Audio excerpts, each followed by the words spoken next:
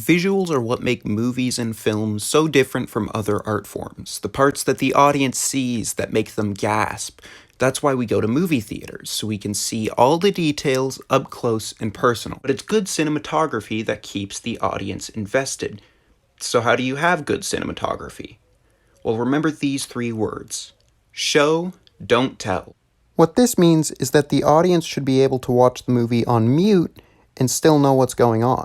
The way we do this is with a wide variety of shots. Shots being the different ways that you can film, and different shots mean different things. Let's start nice and simple with an establishing shot. It's sort of in the name. An establishing shot establishes where the character is. It can tell you what they're doing, why they're in a certain place. It can give the audience all kinds of information about that location. Let's look at the first shot in Star Wars. This one shot tells us all we need to know. We're in the depths of space when we see a spaceship being shot at and chased by a much bigger spaceship. From this, we can tell that there's a big war happening among the stars. I wonder what the movie's called. Now let's move on to a wide shot, where we can start actually showing people. But what if they're running, or fighting, or dancing? The audience needs to be able to see that. So when you do a wide shot, you're making sure that the audience can see the whole body of the character. Now moving on to the medium shot. It's mostly used when two characters are talking, usually back and forth. If you want to focus on a specific character and something they're saying, the medium shot is the way to go. Now, just because we have two characters in a scene doesn't mean they have to be in separate shots. This is why we have the two shot. Sometimes you don't want to focus on one character at a time.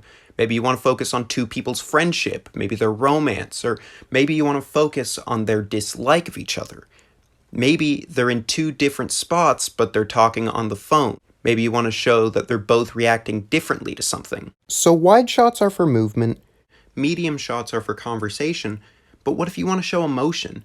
Well, that's why we use a close-up. Close-ups show how a character feels by focusing on their face. Are they scared, happy, sad, angry? Are they facing a dilemma? Are they losing their marbles? What are they thinking? Close-up. Now, a different type of close-up is one that focuses on zooming in.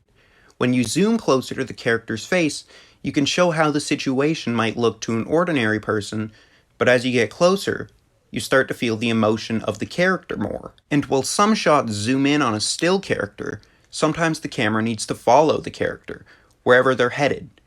These are following shots.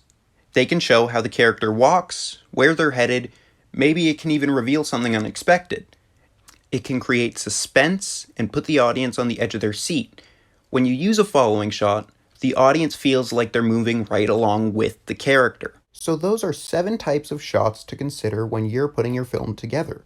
Remember that the secret to making a good movie is all in the cinematography.